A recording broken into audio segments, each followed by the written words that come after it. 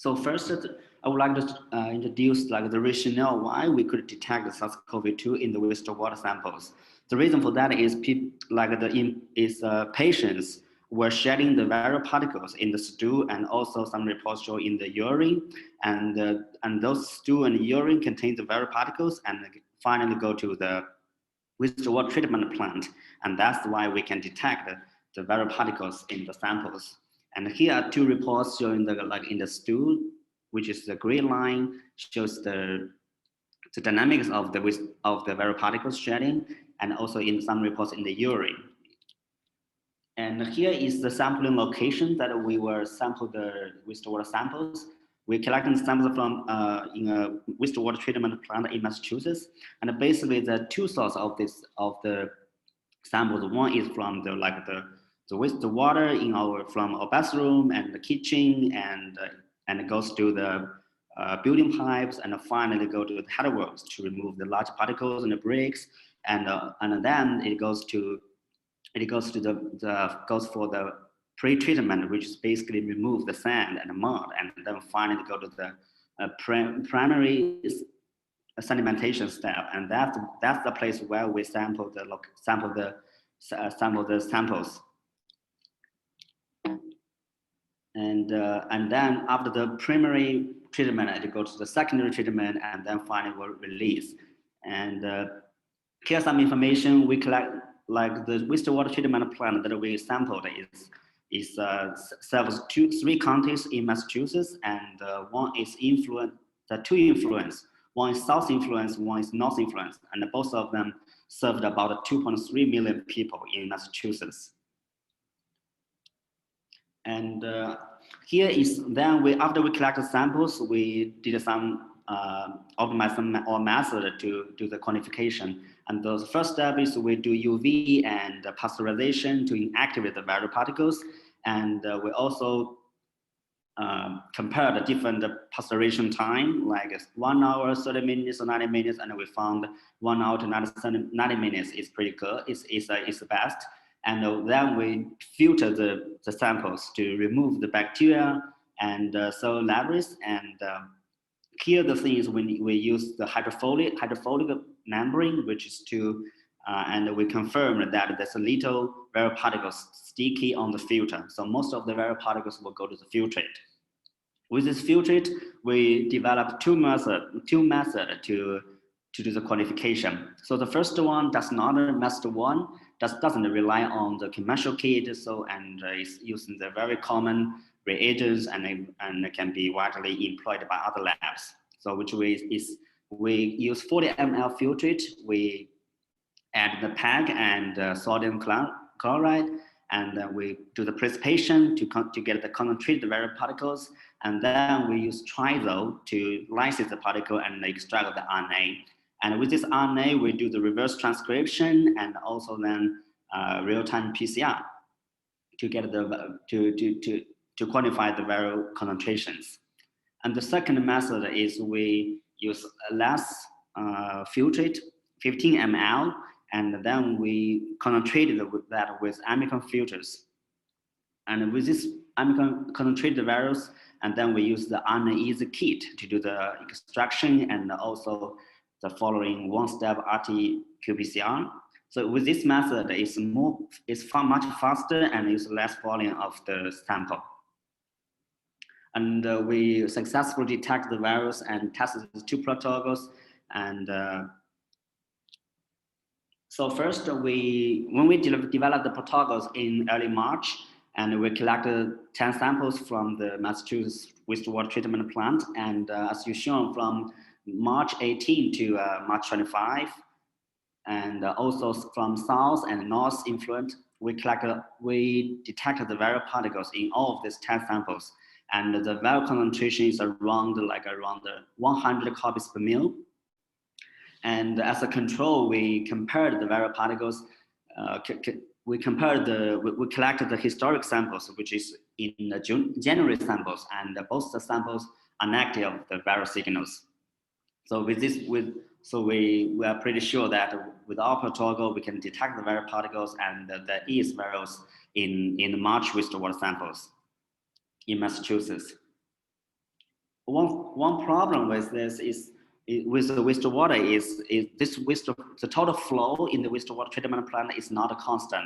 It's impacted by a lot of factors like the rainstorm, snows, and so just very concentrations is very difficult it's not that accurate. So to calibrate that, we use the flow rate, which is flow rate, which after we calibrated with the total flow rate for that day, for that sample, and here is our results. What you can see is it looks more smoothly and less noisy, and it matches like it's from March 18 to March 25. It goes to it's have a trend to upward going up.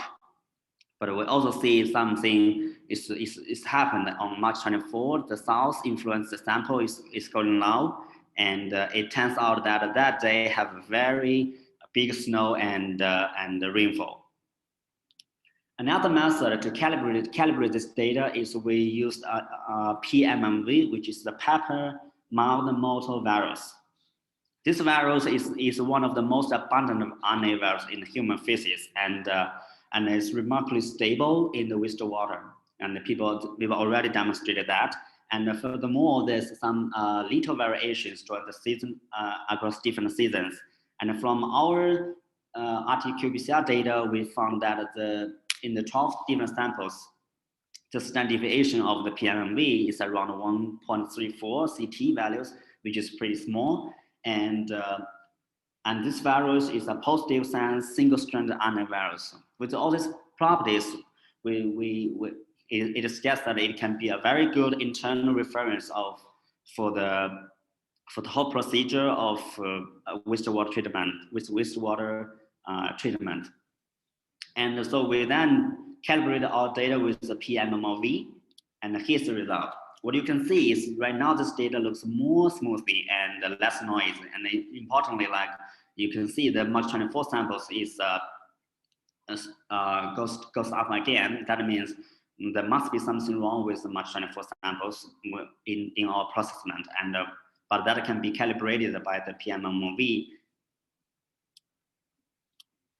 So what this data can tell us is the first thing we did is we tried to use the wastewater samples. You know, we have the viral titers in the wastewater, and we also have the total flow rate.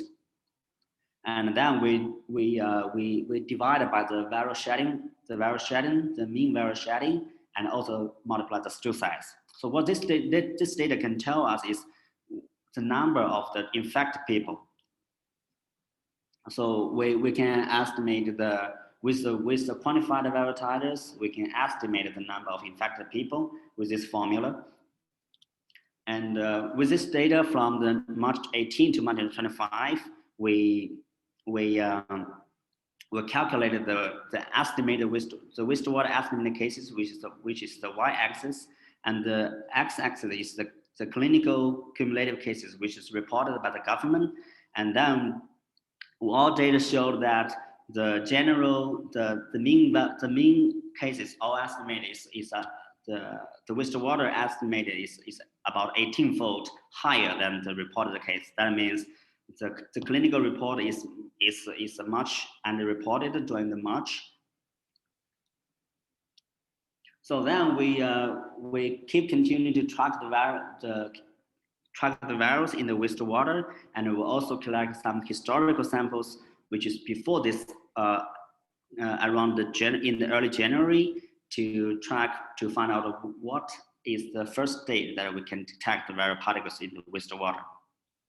Here is the time course data, and you can see that from the January and February, the viral titers we didn't detect any virus. And the first time we detect the viral particles in the sample is March 3rd. And starting from March 3rd, and then the viral titers goes to up. And in parallel, we also showed the cumulative cases and the daily new cases in the 3 counties that the wastewater treatment plant served. And the cumulative cases also increasing, and the daily new cases is pretty jumping, but it's going up from March to May. So here is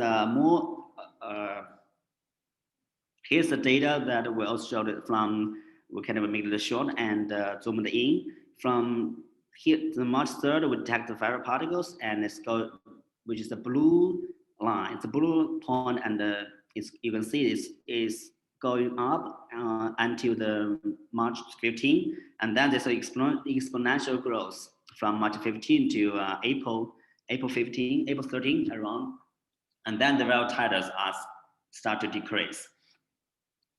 In parallel, the clinical new cases is also going up around at the end of the March, and then exponentially grows to March, in the middle of March, and then decrease.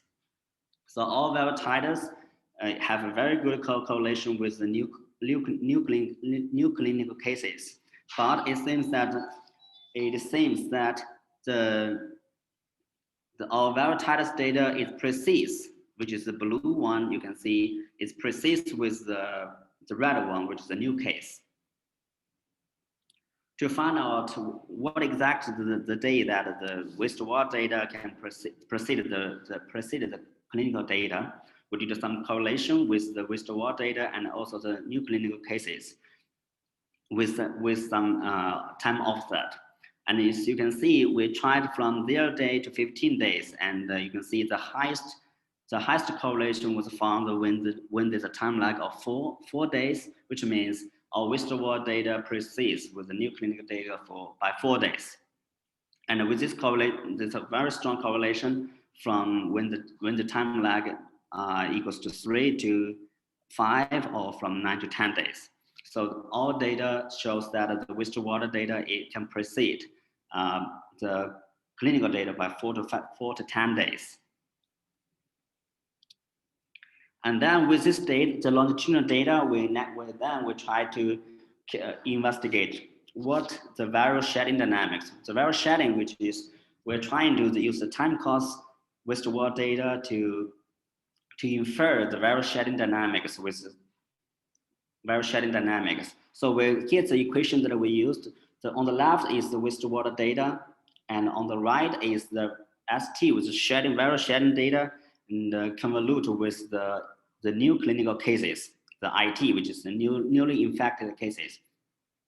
And we also use a beta distribution to model this viral shedding functions. So beta function and gamma function is pretty widely used to model this viral shedding dynamics, and you can see the beta function have a very flexible shape or dynamics to different flexible shape, and also on the right side is a clinical data showing that the viral shedding, viral concentrations with time. You can see there's a long tail of the viral shedding in the stool. So the beta function can kind of capture this dynamics of the viral shedding. So here with this model, here's the best fit with through minimizing the sum of square to model this wastewater data and the new clinical cases data. You can see our model have a good fit with the clinical data, and with this one we can find out the viral shedding function, which you can see there's the axis is the days post infection, and the y-axis is the viral shedding per day, and you can see there's a very big burst of viral shedding in the early time of the infection, which is around the peak comes around day 2 and day 2 and 3 goes the highest shedding, which means after you infect the virus, there will be a very big burst of viral shedding at day 2, around day 2, and then the viral shedding started going down. And as a comparison, which is the yellow dot, it is the clinical data from the reported data, and you can see like even the highest viral concentration detected in the clinical is much lower than the highest than the peak shedding of the virus. But but because in the clinical, we cannot detect, there's no data to detect what the exact shedding on the day one. So all data is kind of much higher than the clinical data. But if you see the overall trend is you're going up, and you can see that if you from here to go here, you can see that around day 2, the data are pretty close to the clinical trend. One thing is we know that the clinical data is kind of underreported, and so our model using the current clinical data is maybe not accurate. So to find out what kind of what is the underestimation, there's a new report showing that this using the serological test to detect the antibody, and found the general underestimation is ranges from 6 to 24-fold than the number of reported cases, the actual infections.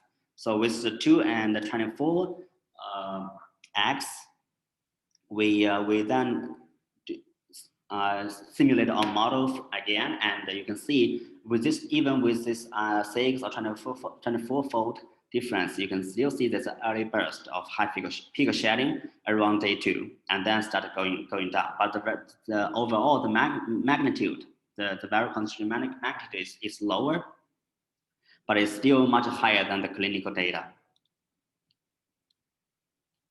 So with this data, we use the high resolution time course data, wastewater data can be used to infer the viral shedding dynamics.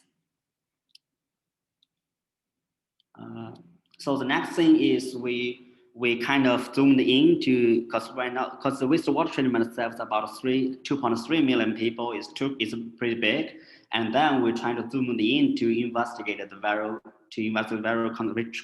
concentrations in the neighborhood level, which is we collected more samples in different neighborhoods, communities in the Boston city, and the total 11 we sampled 11 different sites, and this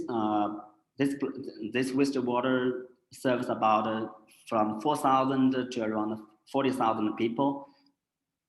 And in total, we collected grab samples and composite samples, which grab samples, which is we every day we just grab one sample, and that sample is maybe not necessary to contain the samples with positive infection of coronavirus. And also composite samples, which is every time 10 minutes we collect one sample, and during the 24 hours. So it's more composite. It's composite. It have higher chance to detect the virus. And here is the result. You can see that the the positive detection was found from 4,700 people to 11,000 people. We detect the viral particles in composite sample and also grab sample, and sometimes in grab sample. And you can see the grab sample basically have bigger variance. And we also detect the virus in the 15,000 people and 39,000 people, but we didn't detect the virus in 17 and 24,000 people. And this data shows that we can detect the virus at the community level, but the community level have very big variation, heterogeneity on the different site. And what this data can tell us, and then we try to correlate with wastewater data with different demographic variables in this community. And what you can see is the wastewater data have very little correlation with the population size. That means which is seen from the previous slides. And we also found there's a strong correlation we found between wastewater data with the average medical consumptions in the community and the household income. You can see when the household income is increased, the correlations, when there's a reverse correlation between the wastewater data and the medical consumptions. That means you spend more money on the medical assumptions like pharmacies and insurance, the community will expect low concentration of viral particles. So this data shows that, and also the wastewater correlations is very consistent with using the clinical data. The clinical data they have either new clinical cases or either the cumulative clinical rate. So this data is tell us that there's some heterogeneity between different communities, and the more you spend, and there's a strong correlation with your wastewater data and hospital insurance. And so it's consistent to previous report that the coronavirus are infecting the communities at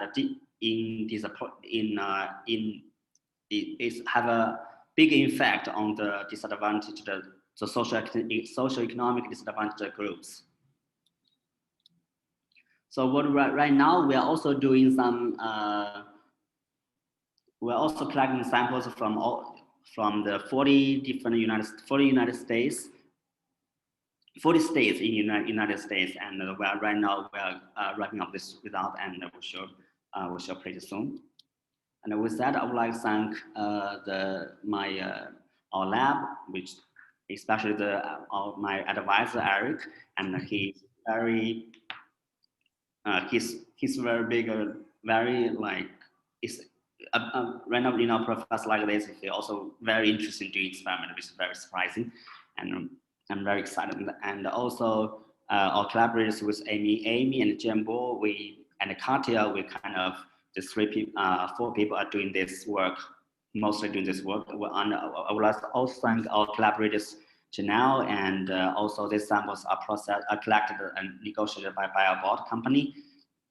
And also the collaborators in Harvard and abroad, and special thanks to the Massachusetts Water Resource Authority, which Stephen, they also provide this, collecting these samples, and also collaborate in New York City. And with that, I would like to thank you.